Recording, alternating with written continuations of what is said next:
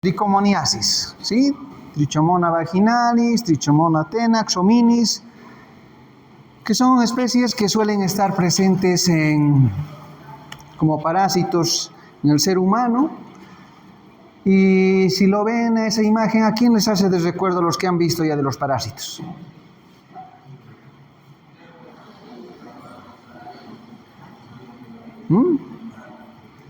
¿Qué parásito han visto que se parece a este? Giardia, ¿verdad? Flagelado, también medio piriforme, ¿sí? ¿Dónde vivía la Giardia? Es duodeno, ¿no? Este tiene otro hábitat. Recuerdan que Giardia tenía una forma de trofozoito y otra era el quiste. Este, en cambio, solo trofozoito. ¿Sí? Esa es una particularidad que tiene. Y por otro lado, también comentar que este es uno de esos parásitos que no necesariamente entran, como quien dice, con los alimentos, sino ingresa por otras vías, que principalmente la vía más importante es la vía sexual. ¿Sí? Por tanto, es una de las ITS más frecuentes que hay, sobre todo en las mujeres, ¿sí? Y por otro lado, también considerar de que este es uno de los factores más frecuentes para que las mujeres vayan a consulta por flujos vaginales, ¿sí? Entonces, vamos a conocer un poco acerca de la tricomoniasis y cuáles son un poco las características que tienen ellos, ¿sí? Entonces, como ven, Tricomona vaginalis, el concepto que se tiene o la definición, es una infección producida igual por un protozoario, en este caso también flagelado, ¿sí? Que predomina, como mencionábamos, en las mujeres y que es uno de los causantes de las leucorreas que llamamos, ¿sí? Flujos blanquecinos. En el caso del hombre puede causar uretritis, y las uretritis pueden tener múltiples causas, que no es, digamos, uno de los más frecuentes en el caso del varón, por eso es que pasa muy desapercibido también en el caso de ellos, ¿sí? En las imágenes ustedes pueden tener una idea de lo que implica, ¿sí? Esto de lo que es la tricomoniasis y la clínica que puede darnos.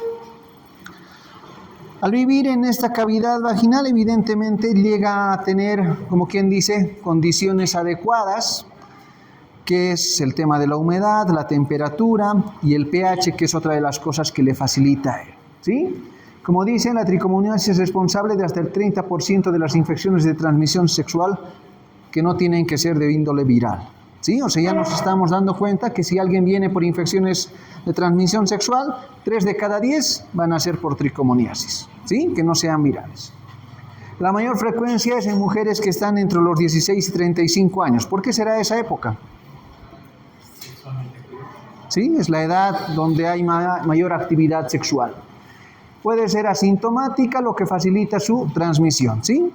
Al ser una de estas parasitosis que en las más de las veces en un 20 a 30% de las mujeres pasa muy desapercibida, pues también puede llegar a tener facilidad en su diseminación. El agente etiológico es el protozoario Trichomona vaginalis, ¿sí? Transmitida casi siempre por contacto sexual, que es la principal vía de infección.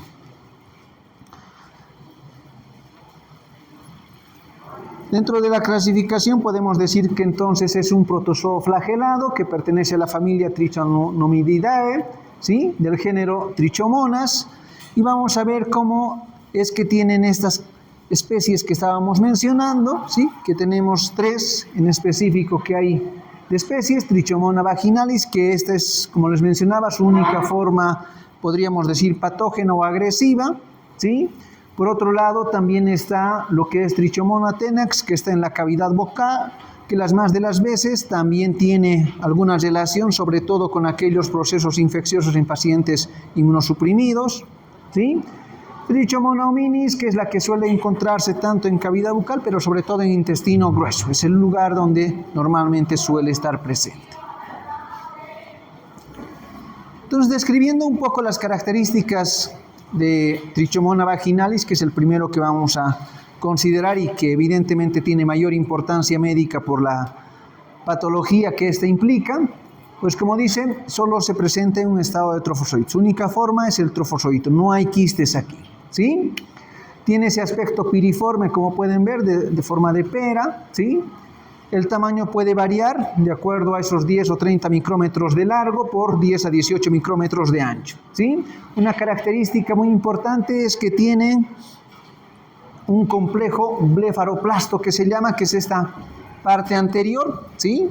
Eso es el complejo blefaroplasto, que es de donde están emergiendo, como ustedes pueden apreciar, esos 4 flagelos, y a su vez también el axoestilo, que también suele estar en la giardia, ¿sí?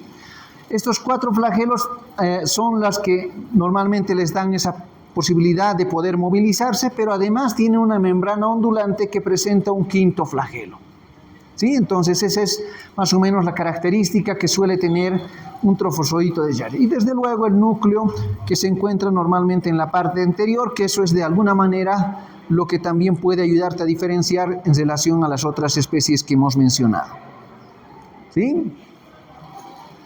Entonces el hábitat natural, como les mencionaba, tiene que estar en un ambiente, como en el caso de la vagina, en la uretra, puede estar también a nivel de lo que implican las glándulas prostáticas, la vesícula seminal, ¿sí? En el caso del hombre, pero al tener, digamos, esta particularidad de estar solo en forma de trofozoitos y que necesita alimentarse de lo que son los detritos celulares, bacterias, ¿sí?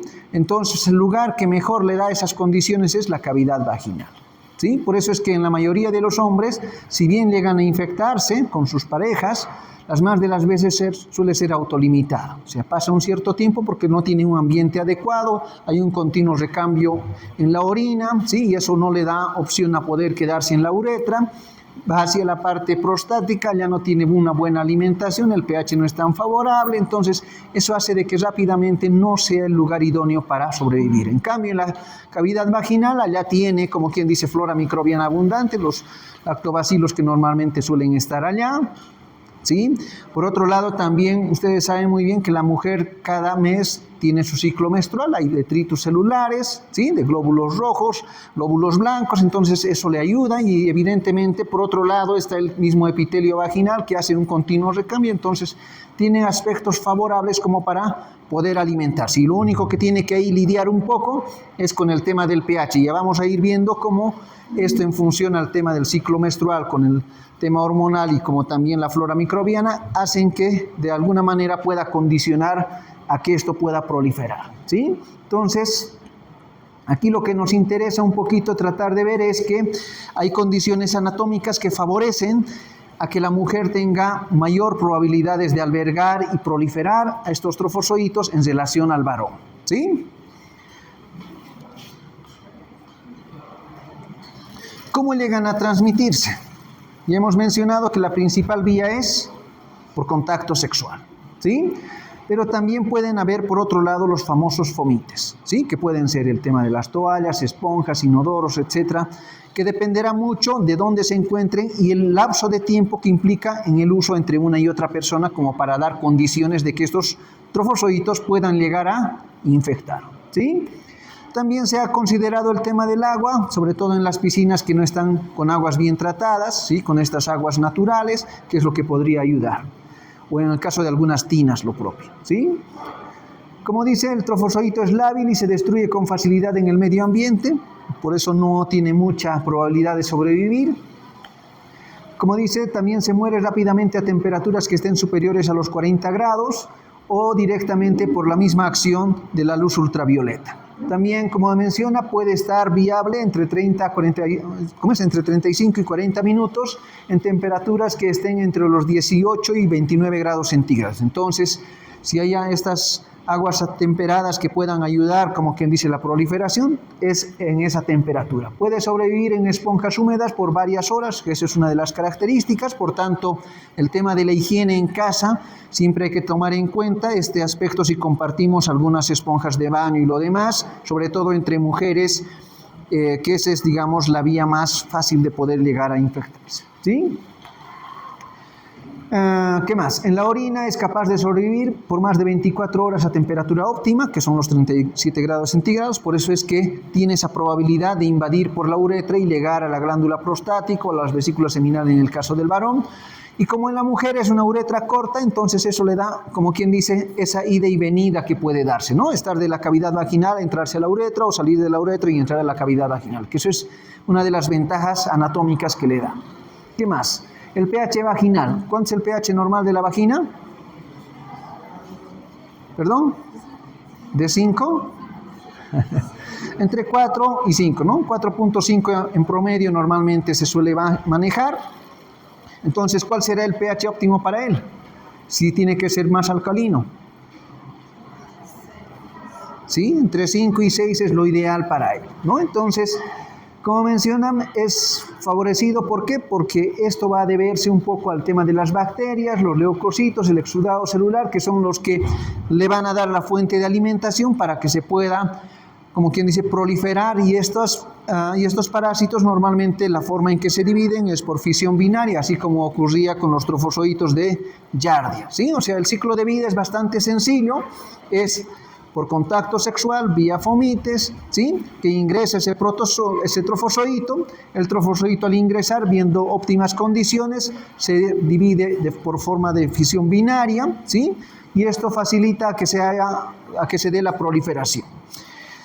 Ya van a ir viendo que aquí hay aspectos esenciales que favorecen, en el caso de la mujer, a que esto se pueda proliferar mucho más aún todavía, ¿sí? Y eso tiene que ver un poco con lo que son las condiciones anatómicas, pero sobre todo esto del ciclo menstrual, ¿sí? Tricomona vaginalis, como dicen, no vive lejos de los tejidos vaginales, tampoco de la próstata o del tema de la uretra, ¿sí? La colonización causa alteraciones en el epitelio vaginal, aumentando, ¿qué cosa? Secreción, que eso es lo que termina generando las famosas leucorreas, ¿sí? Para que se pueda dar la sintomatología debe haber un número importante de ellos. Caso contrario, si son muy escasos, si el ambiente no es favorable, las más de las veces pasa muy desapercibidos, ¿sí? Por eso se dice que las más de las veces son como portadores asintomáticos. En el embarazo se promueve síntomas rebeldes. Si hay procesos inflamatorios, generalmente, ¿qué es lo que hay en mayor cantidad en los procesos inflamatorios? ¿Qué reguladores bioquímicos normalmente suelen estar presentes? Las prostaglandinas, ¿sí? Estas son las que más tienden a estar presentes. Pero las prostaglandinas también tienen un efecto a nivel de lo que es el miometrio, que es ayudar a la contracción uterina. Por tanto, si hay procesos inflamatorios y hay cantidad de prostaglandina, ¿qué es lo que va a generar? Contracciones anticipadas. Y si hay contracciones anticipadas en una mujer embarazada, ¿qué es lo que puede dar? Abortos o embarazos pretérmino, ¿sí? O partos pretérmino, no embarazos. Partos pretérmino, ¿sí? Antes de tiempo. Entonces, dependerá mucho de esos aspectos como para que se puedan dar estas alteraciones. Por ende, también hay que tomar en cuenta de que muchas de estas mujeres embarazadas que tienen la infección vaginal con tricomoniasis, en el momento del parto también pueden llegar a infectar al neonato, ¿sí? Gardnerella vaginalis, menstruación y otros factores favorecen esta parasitosis. Ya vamos a estar viendo por qué. Se inflama el orificio uretral, las glándulas vestibulares y clítoris, que son los que tienden a sufrir más procesos inflamatorios. Por ende, ya se imaginarán cómo van a ser las relaciones sexuales de esta pareja, ¿sí? Las más de las veces van a ser dolorosas, a lo que se llaman dispareunia. Cuando pasa la infección aguda a crónica, se establece una microbiota mixta, que eso es lo que en realidad le favorece a que se pueda generar un pH óptimo, ¿sí? Entre lo que hay una reducción importante de los lactobacilos y el crecimiento de lo que implican las tricomonas. En el hombre la infección es asintomática, pero puede provocar uretritis, prostatitis irritativa, que las más de las veces, como les había mencionado, tiende a ser bastante autolimitado. Entonces, cuando hablamos de la patogenia tenemos que comprender que hay tres aspectos esenciales que favorecen a que haya una mayor proliferación. Una de ellas es el pH ácido, como les decía, ¿sí? Que normalmente para él lo ideal es que esté entre 5 y 6, ¿sí? Cuanto menos ácido sea, más favorable para las tricomonas. Por otro lado está la ausencia de la flora bacteriana normal, los lactobacilos, los bacilos de Döderlein, que son las que suelen estar presentes a nivel de la cavidad vaginal. Entonces, si disminuyen estos, va a también favorecer a que el pH pueda estar disminuido, ¿sí? Por otro lado, también vamos a tener una deficiencia de estrógenos. Esta deficiencia de estrógenos, a su vez, va a disminuir el glucógeno celular, que eso es lo que en realidad va a ayudar también a que se pueda generar mayor proliferación de estos parásitos.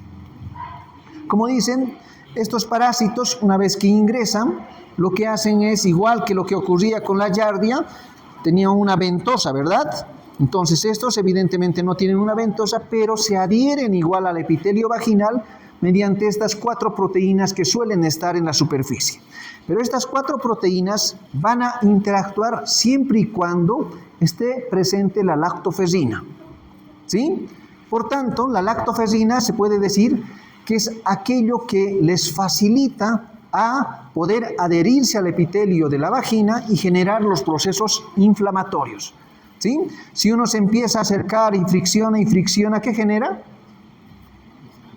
Descamación por un lado, pero sobre todo irritación, ¿sí? Eso es en realidad lo que genera un proceso irritativo, que las más de las veces son las famosas inflamaciones catarrales que se suelen denominar. Entonces estas inflamaciones son las que van a presentarse como pequeños puntos enrojecidos eritematosos a nivel de la cavidad vaginal, ¿sí? Que son como de picadura de pulga, como dicen, ¿sí? ¿Alguna vez ustedes les ha picado las pulgas? ¿Han visto? Es un salpullido rojizo que está ahí uno tras otro casi continuo, ¿sí? Entonces algo similar se puede ver en la clínica como tal. Entonces, esto de la lactoferrina se da porque el ciclo menstrual, ¿qué es lo que se eliminan? Gran parte, glóbulos rojos, ¿sí? ¿Y qué tienen los glóbulos rojos? Principalmente hierro. Entonces, eso es lo que en realidad favorece. Por eso es que posterior al ciclo menstrual se quedan estos restos de hierro, se puede decir, y eso es lo que favorece a que puedan proliferar mucho más. Por tanto, el periodo de riesgo de mayor probabilidad de infección para la mujer es justamente en ese periodo postmenstrual, ¿sí? Entonces esta adherencia va a generar estas erosiones y cuadros inflamatorios hasta el corium de lo que es el epitelio vaginal, ¿sí? Las zonas hiperémicas con petequias y algunas lesiones hemorrágicas. Y eso es lo que ustedes pueden apreciar en esta imagen, ¿sí? Que lejos de ver la leucorrea, también hay estas imágenes petequiales que normalmente puede uno apreciar cuando hace el examen especular de la vagina, ¿sí? Sobre todo en lo que es el cérvix, el cuello uterino, es donde puedes apreciar con mayor facilidad estas petequias. ¿Qué más? También comentar, como menciona ahí, que puede generar entonces cuadros inflamatorios a nivel del cuello cervical, a lo que se denomina cervicitis, ¿sí? Puede también generar en estos infiltrados, o sea, en estas zonas inflamadas, podemos encontrar gran parte de neutrófilos y a veces eosinófilos con gran leucorrea donde se encuentran estos trofozoitos, ¿sí? Entonces, ¿cuál será la mejor forma de tomar una buena muestra?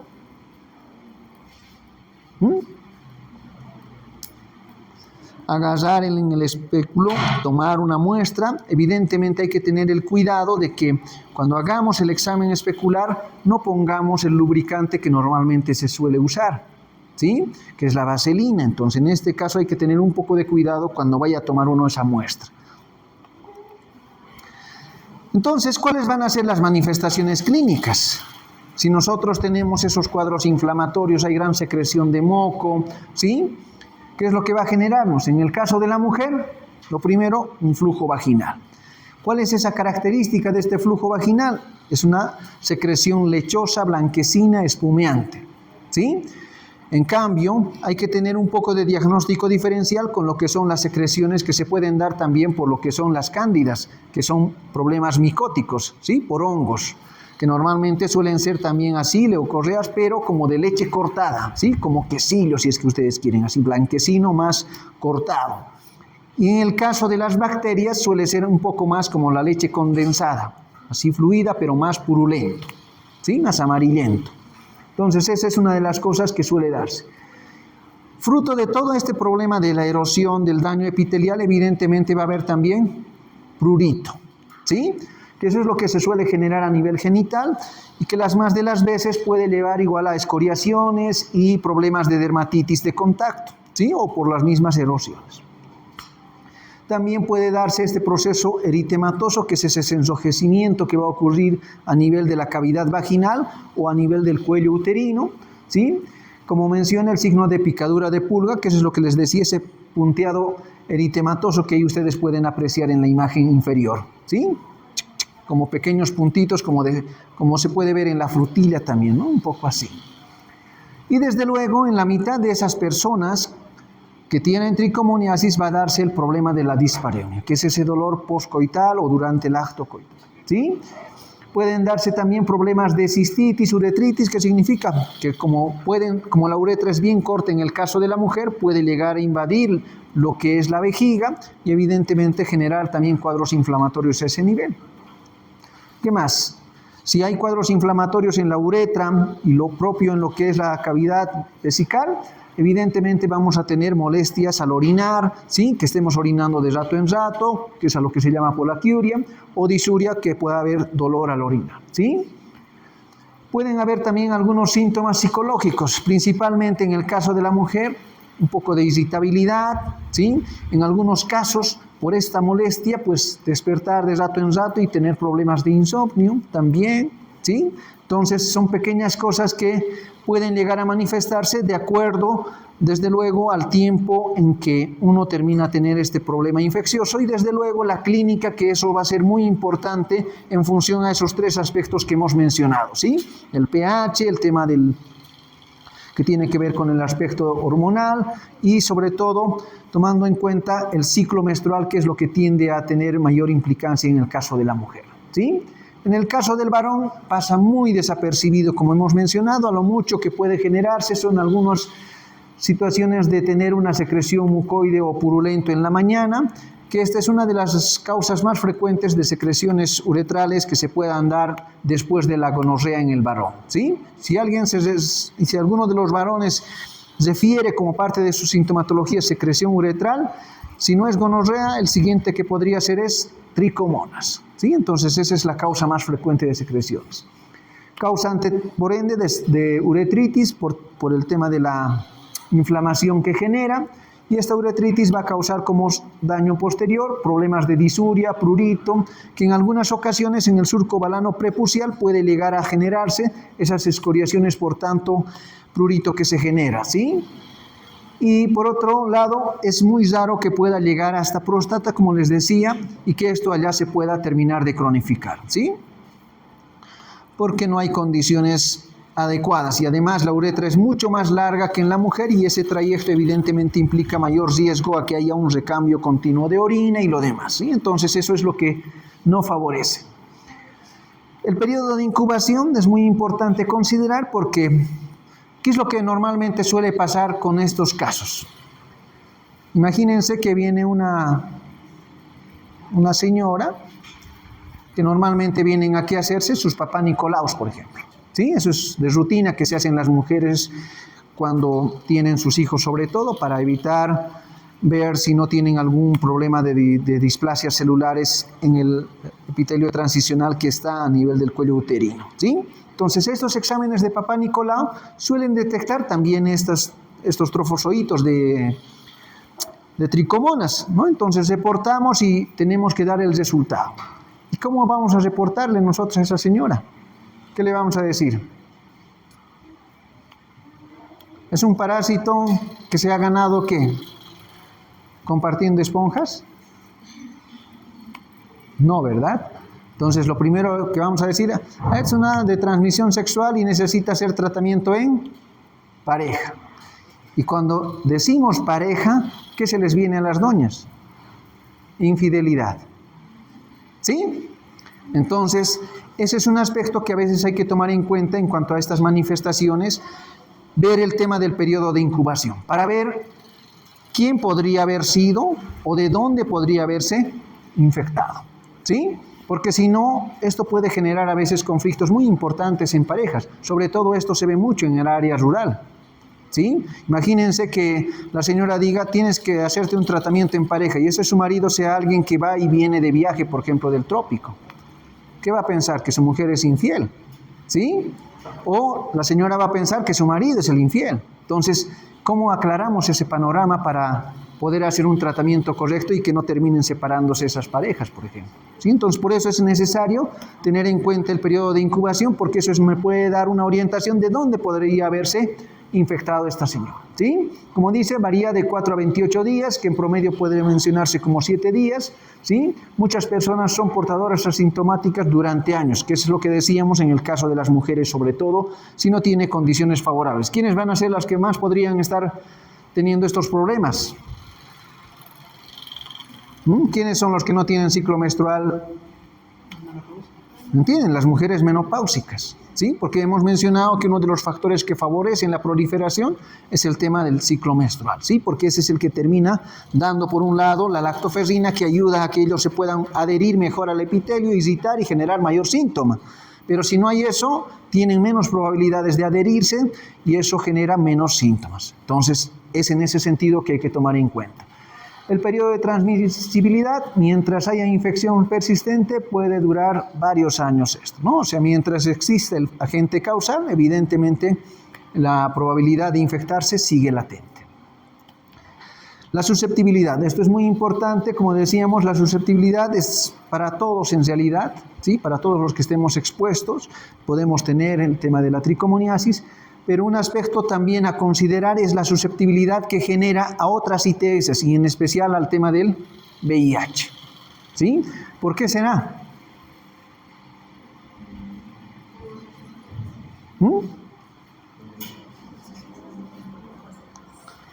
No los escucho. ¿Qué creen? ¿Perdón? Por un lado, pero sobre todo, recuerda que el tema de la inmunodeficiencia va a darse cuando yo ya me he infectado de VIH y pueda darse el proceso. Pero me está diciendo que yo teniendo tricomoniasis soy más susceptible a infectarme de VIH. ¿Sí? Entonces, ¿qué será que favorece? ¿Qué genera como daño? Procesos irritativos, inflamatorios, daño del endotelio, ¿sí? Entonces, evidentemente, es como cuando alguien se pincha con una aguja y esa aguja, evidentemente, si tiene menos cantidad de carga viral, pues va a ser menos probabilidad, ¿no ve? Infectar. Pero si en este caso tengo opciones de que este contacto sexual se pueda dar mayor probabilidad por estas zonas inflamatorias, pues va a condicionar a que sea más fácil el proceso de infección viral, ¿sí? Entonces, en ese sentido, también está el tema de considerar que el VIH es más favorecido en estas personas que tienen tricomona vaginalis, ¿sí? ¿Qué más? Entonces, definido un poco la clínica, definido cómo es que empieza a generarnos daño, lo siguiente que necesitamos saber es cómo llegamos a diagnosticar. Por un lado, la clínica, ¿qué nos dice? Que esta persona, ¿cuándo voy a sospechar que tiene tricomoniasis? ¿Sí? Lo más frecuente para la mujer es secreciones vaginales, ¿sí? Dolor al orinar, ¿sí? Van a haber esos malestares, eso me puede despertar ya la sospecha de que hay. Pero ustedes como médicos, ¿cuándo van a sospechar de tricomoniasis?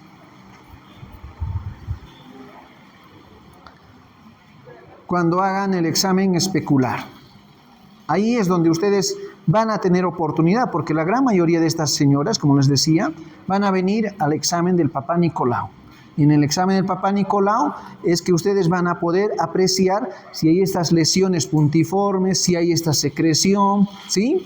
Por tanto, es importante las condiciones en las que tiene que estar la paciente para tomar esa muestra de Papá Nicolau, por ejemplo, ¿sí? Las condiciones en las que tengo que tomar una muestra adecuada para poder, como quien dice, identificar si está o no está presente un germen. ¿Cómo creen que deberían de asistir estas doñas a un Papá Nicolau? ¿Cómo están? ¿Ya?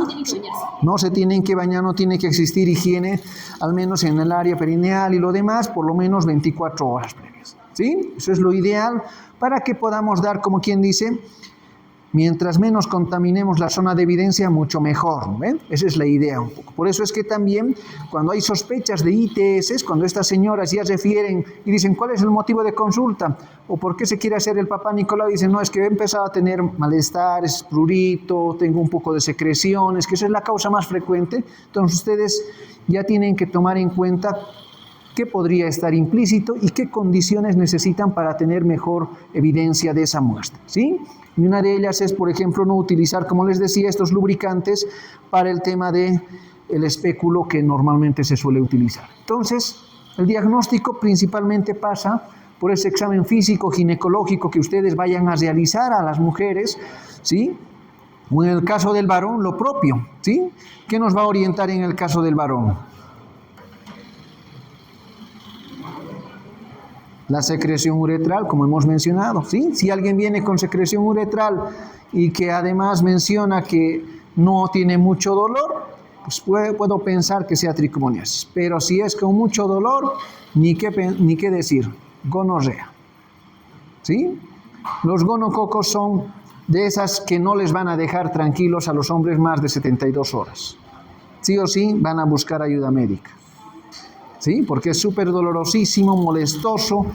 Adelante. Es de esos que normalmente no les deja, como quien dice, estar tranquilos y pasar desapercibido, ¿sí?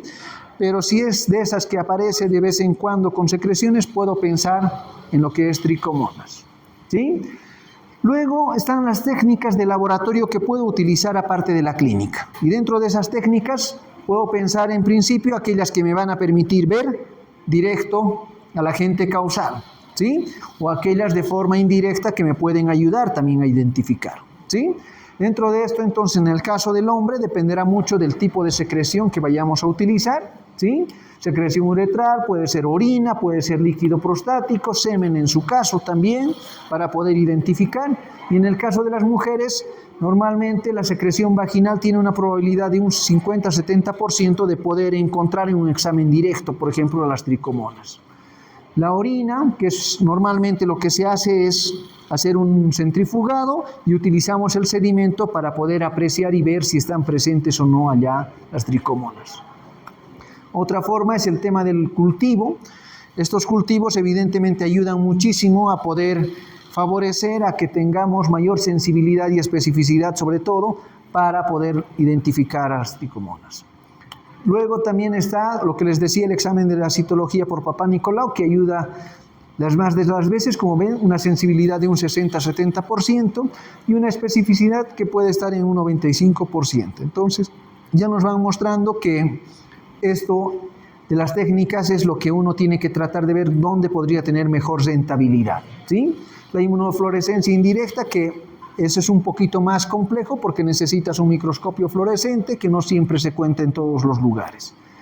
Las técnicas de Gram, o sea que sean las tinciones que uno puede llegar a utilizar, no es el común denominador para ubicar, ¿sí? No es lo que normalmente, pero puedes utilizar también una tinción de Gram que pueda ayudarte. Y entre las indirectas, directas, yo diría, es el tema de la PCR, ¿sí? Que hoy en día ha tomado mayor forma de acuerdo a la disponibilidad de todos los equipos que hay, pero evidentemente el costo es mucho mayor, pese a tener una buena rentabilidad para el diagnóstico. Lastimosamente el costo es muy elevado aún en nuestro medio. Por tanto, las técnicas anteriores van a ser bastante rentables en la medida en que nosotros sepamos tomar una buena muestra, en la medida en que nosotros sepamos elegir el momento adecuado. Dentro de la epidemiología, como ven, es de amplia distribución mundial, por tanto es cosmopolita, distribuida en todas partes, susceptible para todos. Varía según el nivel de la actividad sexual, como hemos mencionado la prevalencia, ¿sí? Cuanto más activos estén, más prevalente puede darse el tema de la transmisión. Por eso es que normalmente está entre los 16 y 35 años, que esa es la edad de mayor actividad, ¿sí? Tiene mayor prevalencia en personas con múltiples parejas, que ese es el común denominador, ¿no?, de todas las ITS, ¿sí? Las múltiples parejas. Profesionales que generan servicios sexuales normalmente tienen un 50-75% de probabilidades de tener tricomoniasis. Las embarazadas en un 20 a 30% tienen tricomona vaginalis, pero solamente 5 a 10% de ellos presentan síntomas, por tanto, las más de las veces pasan también muy desapercibidas, ¿sí? Hombre es menos frecuente por lo que hemos mencionado, ¿sí? Y las más de las veces si lo tienes muy asintomático. Esta infección es más frecuente en mujeres de raza negra, que esa es otra particularidad que tienen, ¿sí? Que la raza negra es una de las que más tiende a dar. Entonces aquí hay un pequeño mapa que nos muestra un poco la distribución amplia que tiene a nivel mundial y vamos viendo que hay zonas evidentemente con una infección muy importante, ¿sí? Como dice, se estima que más o menos hay unas 270 millones de personas que estarían con casos de tricomoniasis, ¿sí? Es bastante amplio. Y como ven, dentro de Sudamérica no solamente somos el corazón de todo esto, ¿no? Sino también somos el escenario ideal para tricomoniasis, ¿sí? Por tanto, es muy importante considerar, al menos ustedes que están dentro de ese grupo etario de riesgo, los factores de protección para no tener clientes o, si quieren, inquilinos adicionales. ¿Cómo los tratamos? ¿Cómo hemos tratado hasta aquí a los protozoarios? ¿Cuál es el medicamento estrella? ¿Sí? Dentro de los 5 nitroimidazoles, el metronidazol es el que mejor éxito ha tenido, no solamente por lo, como quien dice, por el nombre ni por la época que se tiene, sino porque además es uno de esos medicamentos de fácil acceso por el costo que implica. El único inconveniente que tiene son los efectos adversos que suele darse, ¿sí? Por un lado está el hecho del sabor medio metálico, medio nauseoso que genera muchas personas, el efecto antabús que genera con las bebidas alcohólicas, y como es un grupo etario que normalmente está más susceptible al consumo de bebidas alcohólicas, por tanto hay que tener cuidado para poder recetar, ¿sí? La dosis normalmente, como dicen, suele darse 30 miligramos por cada kilogramo de peso, que lo normal es de 5 a 8 días el tratamiento, ¿sí? Y la eficacia, como ven, es de un 90-95%. ¿Cuándo hemos dicho que era de primera elección? ¿Cuánto tenía que tener? ¿Eficacia de cuánto? Mayor al 85% para ser de primera elección. Ahora entenderán por qué es un medicamento de primera elección en estos casos, ¿sí? El tratamiento en pareja es una de las cosas que hay que considerar, porque si tiene la mujer o el varón, la probabilidad de que tenga la pareja varía entre un 30 a 70%, ¿sí? Por ende, es necesario tomar los recaudos en pareja. Las medidas especiales que hay que tomar en cuenta, sobre todo en aquellas que son mujeres embarazadas. Si bien el metronidazol es considerado dentro de la FDA, sobre todo quien es el que regula más el tema de la medicación, las más de las veces como la categoría B, o sea que no tiene un riesgo mayor, ¿sí? Pero que hay que tomar en cuenta de acuerdo a las necesidades, ¿sí? Normalmente mejor si damos después del primer trimestre de embarazo, pero si hay necesidad lo pueden dar. Y como algo alternativo en aquellas personas que son alérgicas al metronidazol, se puede utilizar el clotrimazol en el caso de las mujeres embarazadas. O si se tiene alguna susceptibilidad por parte de las pacientes, la alternativa es el clotrimazol. El clotrimazol es un antimicótico que normalmente suele actuar muy bien en lo que son los ergosteroles. ¿Qué más? Y estas generalmente vienen en presentación de cremas que se suele dar durante 7 días, ¿sí? También pueden darse casos refractarios. ¿Qué significa eso? ¿Quiénes van a ser las que más estén propensos a los casos refractarios? Que se infectan una y otra vez. ¿Sí? Las que tienen actividad sexual o las que prestan servicios sexuales, ¿sí? Entonces, son aquellas que también se suele recomendar como una medida adicional el tinidazol de 2 gramos diarios durante 7 días. Normalmente el tinidazol es uno de los medicamentos, yo diría, que mejor reemplaza al metronidazol, porque también tiene una buena eficacia terapéutica y la ventaja que tiene es que no necesitas más que 2 dosis de 2 gramos y asunto solucionado, ¿sí? A estar dando 5 o 7 días, 8 días en el caso del metronidazol, que las más de las veces hace que los pacientes terminen dejando. Otra de las recomendaciones que suele darse con el metronidazol de la dosis única que ustedes van a ver en algunas guías de 2 gramos, evidentemente tiene también buena eficacia, pero no llega a eso que nosotros buscamos, lo ideal que esté por encima del 85%. ¿sí? Entonces esa es la desventaja. Así que seguramente ustedes van a ver estos visitadores médicos sobre todo, dicen, doctor, aquí viene una presentación única de 2 gramos y con esto no necesita dar más para tricomoniasis, ¿no? Pero lastimosamente no tiende a ser tan efectivo. Por eso es que el metronidazol, una cosa, si queremos llegar a esa eficacia de un 90-95%, hay que administrarlos por lo menos por más de 5 días. O en su caso, utilizar tinidazol 2 gramos diarios por 2 días, mejor, ¿sí? Entonces, ese es uno de los factores que mejor puede ayudar en la adherencia al tratamiento. ¿Cómo vamos a prevenir? La abstinencia sexual, ¿no? La mejor medida, desde luego, ¿sí? Pero lastimosamente, como quien dice, los seres humanos también tenemos emociones, tenemos todo lo necesario como para tener que experimentar y continuar. Entonces, en este sentido, la prevención va a partir desde la educación sexual que se les vaya a dar a los jóvenes, ¿sí? En los diferentes grupos etarios de riesgo, sobre todo, para evitar de que ellos puedan terminar con cuadros infecciosos de esto. La abstinencia sería lo ideal, ¿sí?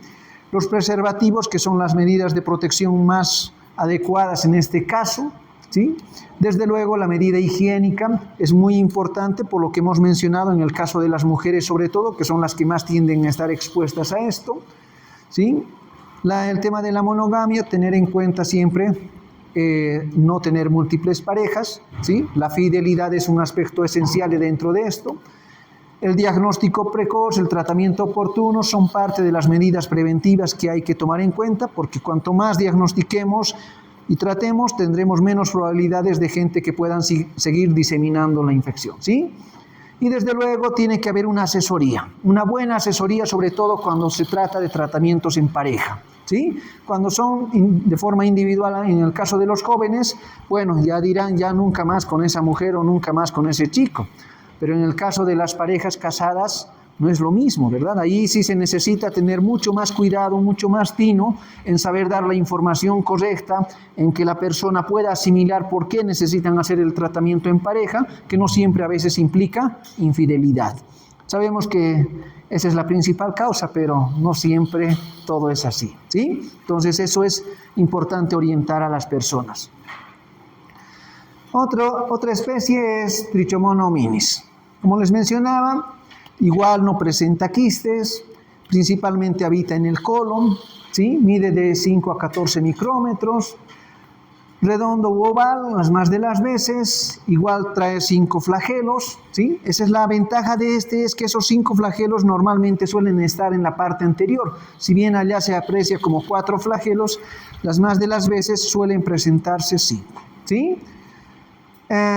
Igual tiene una membrana ondulante donde se encuentra, como quien dice, no hasta la parte posterior, sino hasta la parte media nada más, y es donde también se suele presentar el 6º flagelo, ¿sí? Igual tiene un núcleo anterior, igual tiene un axoestilo, o sea, nada diferente al resto. La única diferencia es el tamaño aquí que ya ustedes pueden apreciar, ¿sí? Es mucho más pequeño que el que hemos visto, por ejemplo, a Trichomonas vaginalis, ¿sí? ¿Cuál es la característica que tiene? De forma adicional se encuentra principalmente en heces líquidas o blandas, no se considera causa de diarrea u otra patología, por tanto se puede mencionar como parte de la flora saprófita. El diagnóstico se hace por identificación de trofosroitos móviles con movimiento ondulatorio, que eso es lo que les caracteriza, digamos, cuando nosotros estamos haciendo una evaluación de un coproparasitológico, por ejemplo. Disculpas, les robaré por favor 2 manitos. Adelante, doctora. ¿Cómo están? Sí, sigan. Luego tenemos Trichomonas tenax, que es también otra especie que suele estar presente, pero aquí, como pueden apreciar en las imágenes, ahí no solamente está la trichomona, sino están las células del epitelio bucal, ¿sí? Habitan en la cavidad oral, se reproducen igualmente por fisión binaria, ¿sí? No presentan quistes, se transmiten a través por la saliva. Entonces, ¿cuál será la vía principal? El beso, ¿no? Eso que comparten continuamente en parejas, ya saben que adicionalmente intercambian, ¿sí? Muy bien, entonces este trofozoito igual tiene esa forma ovalada, ¿sí? Mide de 5 a 16 micrómetros de largo, presenta 4 flagelos anteriores, ¿sí? Posee una membrana ondulante que esta sí va a llegar hasta la parte posterior, como pueden ver en la imagen. ¿Qué más? Que está bordeado igual por un quinto flagelo allá. O sea, si nosotros consideramos todas las especies de trichomonas tienen esta membrana ondulante y ahí también se encuentra un quinto flagelo, o en el caso del hominis, el sexto flagelo. ¿Sí? Presenta un núcleo y un axoestilo igual que el anterior, o sea, no hay ninguna diferencia que nosotros podamos apreciar, digamos, en el tema de la composición, exceptuando, como habíamos mencionado hace un momento, con el hominis, que es ese quinto flagelo anterior que las más de las veces suele estar presente. Y desde luego el tamaño y la ubicación del núcleo, que de alguna manera uno puede hacer que diferencie entre una y otra especie. Este protozoario generalmente se encuentra en cavidad bucal, abundante entre los dientes y las encías, y también entre las caries dentales y criptas amigdalinas, ¿sí? Porque es ahí donde normalmente se suelen dar detritus celulares, que eso es lo que les favorece, o restos alimentarios, como vamos viendo. ¿Sí? Aunque no se ha comprobado su capacidad patógena, se asocia a lesiones de cavidad oral y pulmón en algunas ocasiones, ¿sí? Se reproduce con mayor actividad en material necrótico. Por tanto, hay que tomar en cuenta en estas personas que tienen una deficiente higiene en el tema bucal, aquellas personas que tienen caries, hay que tomar en cuenta de que podrían estar presentes estos, ¿sí? Porque esos son los que de alguna manera favorecen a que haya mayor proliferación y por ende también pueden llegar a generar problemas importantes en estos pacientes inmunosuprimidos cuando esto, digamos, no es favorable, ¿sí? Entonces, creo que con eso hemos terminado. Trichomoniasis bastante sencillito, nada difícil de aprender, ¿sí? Yo creo que parte aquí, sobre todo para ustedes, es tomar en cuenta dentro de la clínica principal de las ITS, considerar que es una de las causas más importantes de consulta médica el tema del flujo vaginal, por tanto, implica tomar en cuenta este parásito, ¿sí? También es importante tomar en cuenta en el sentido de que las que más van a estar susceptibles son las mujeres, como quien dice, todavía dentro de ese periodo menstrual, ¿sí? Considerar de cuándo podría sospechar de tricomoniasis, al menos si yo tengo flujos vaginales que estén al menos postmenstruales con mayor intensidad, podría pensar, porque ya hemos dicho que es ahí donde más afloran y generan sintomatología, ¿sí? Y tomar en cuenta sobre todo en aquellas situaciones donde la mujer está gestando, porque ese es el que puede terminar de tener consecuencias importantes con fracasos o en el caso de los partos pretérmino, que eso es lo que también puede generar, ¿sí? Y ni qué decir en el momento del parto, que eso es algo que hay que tener siempre presente porque igual pueden llegar a contaminar. En algunos casos se han documentado, en el caso de la mujer siempre, casos de generar problemas de esterilidad, ¿sí? ¿Por qué? Porque estos pueden migrar y generar problemas a nivel de lo que son los ovarios, ¿sí? A nivel de las trompas, ¿sí? Se han dado algunos casos inflamatorios a ese nivel que han sido causa, digamos, de generar problemas de fibrosis, ¿sí? Porque todo proceso inflamatorio termina destruyendo tejido y eso las más de las veces se fibrosa y eso puede disminuir lo que son las trompas de falopio y eso evidentemente no generar una buena probabilidad de embarazo. Entonces dentro de esto, igual en el caso de los varones se puede dar algo de eso, es menos frecuente, pero las mujeres sí pueden llegar a presentar, ¿sí? Entonces cuando tengan condiciones que se generen de que no tienen hijos ni nada de eso, hay que considerar que podría estar implícito alguno de estos problemas de infección de forma adicional, ¿sí? ¿Dudas, preguntas?